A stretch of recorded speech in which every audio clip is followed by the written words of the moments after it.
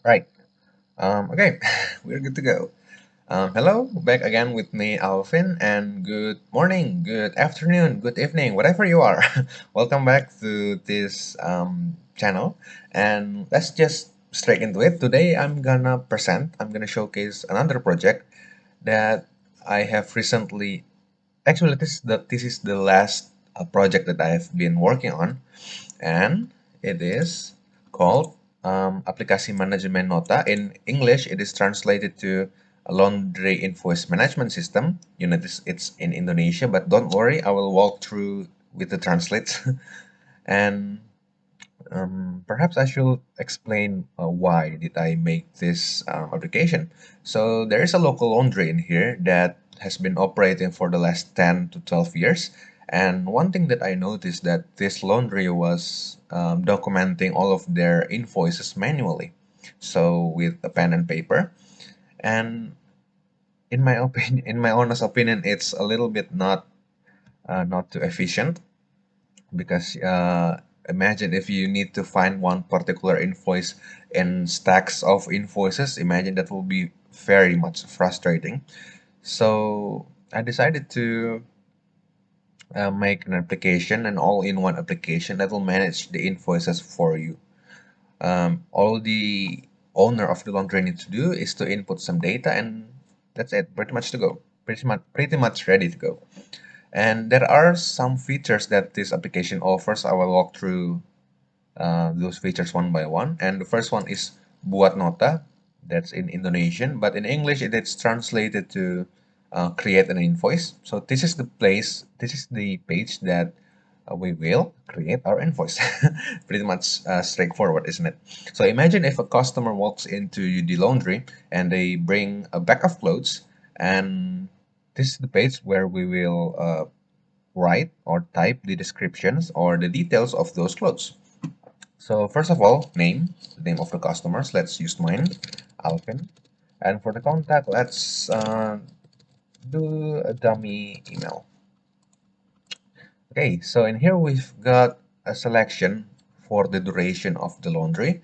So we've got 3 days and 1 day, and 4 hours. So as you notice that as I click through these options, the dates in here are adjusting as well. So this is the start date and this is the approximation of the end date where the clothes will be finished the laundry. So for now, let's choose 3 days. And this is where we write the details of the clothes. So for example, I'm handing clothes that will be counted per kilo. So let's imagine this one bag of clothes when measured has around, let's say, 4 kilos of weight. Yeah, right, kilograms of weight. And for the pieces will be counted manually by the staff. So let's say there are 8 pieces of clothes, and of course we can adjust the price manually depending on what the owner wants. But the default is set to 10,000. So there's a database somewhere out there that store all of these default prices. So of course we cannot. There are also other options to store clothes. There's not just kilogram per kilogram. We can also count them manually. So for example, just translated to suits, and there are skirts, semi suits. What else? Bed cover and Gordon. What is it in English? In English, Gordon is a big sheet that you put on the window to cover the shades, so for shading purposes, so that sunlight doesn't come into your house. That shit. I don't know what is it called in English, but it is called gordon in Indonesia, and other types of clothes that you can store. So for example, let's choose just premium one. And suit, let's say there are 3 suits. I am submitting 3 suits. So all of the prices and all of the quantity, so the quantity and the prices are calculated automatically. And As simple as that. We can click simpan or save in English, and once we submit this, the program will generate an invoice for it. So let's just wait. Okay, and once it's done, once we click this OK button, we will be redirected to the page that contains the PDF. But let's not do that. It's not that important anyway. But the point is the invoice is there. It's just that there are some information in that invoice that shouldn't be visible publicly on YouTube. So my apology for that. But the invoice works and it is there. It's just that for now I cannot show it to YouTube. And that's it for the first feature. For the second feature, oh yeah, this is to prove that the invoice that the information is actually stored. So this is the invoice that we have submitted earlier. So again, back to the top of the page. This page is called Riwayat Nota, and this page basically shows the history of the invoices that we have created. And there are some basic filter options that we can do. For example, we can select by name. Let's filter by my name, and don't forget to check this option, and we click filter, and only the invoices that have customer name Alvin that will be shown.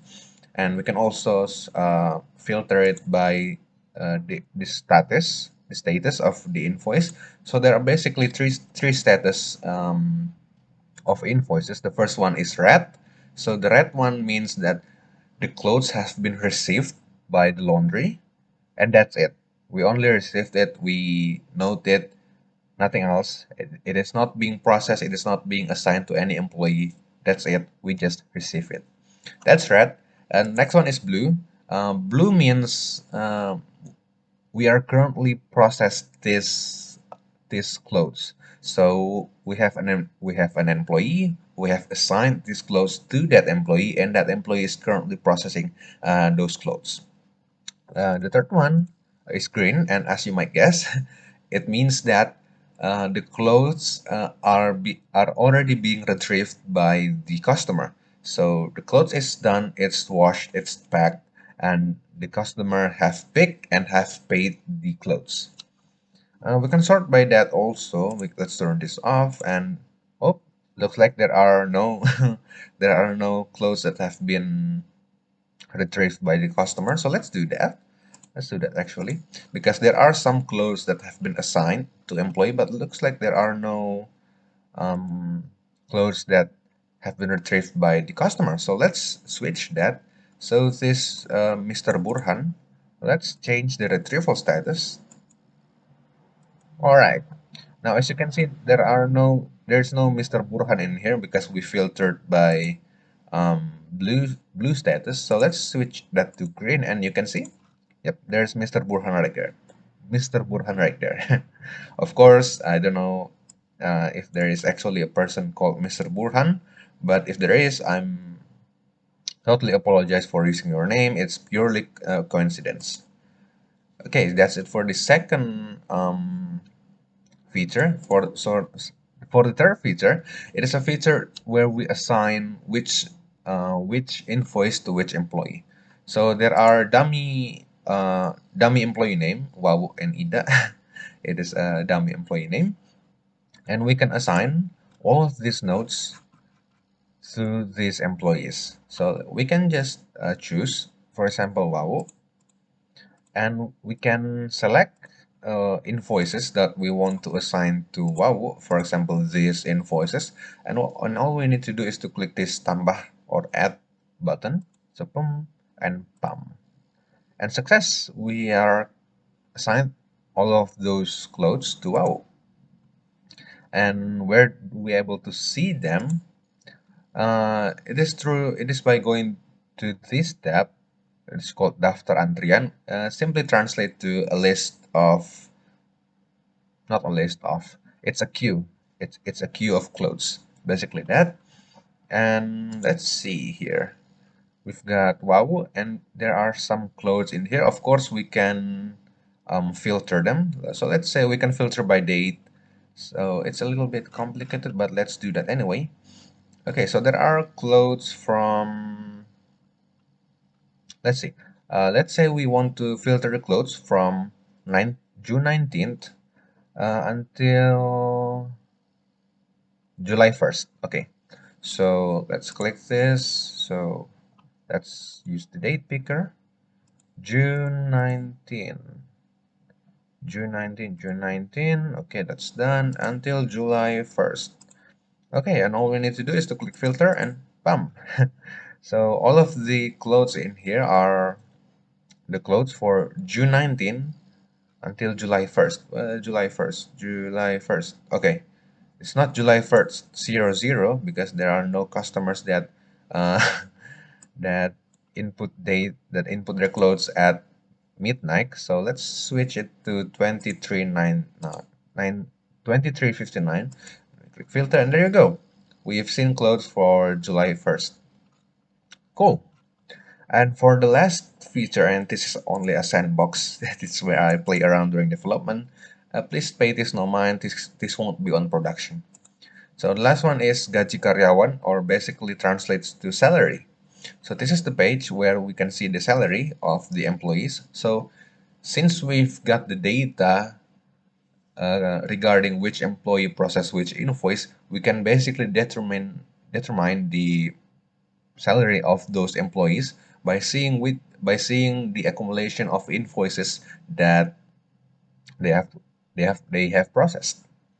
And so, for example, starting from June 20 until July 20, uh, the employee with the name of Wawo has processed this amount of clothes. And for Ida, these are the details. And of course, we can print them. But again, with PDF, there are some information within that PDF that I am not allowed to show to public. So I won't show that.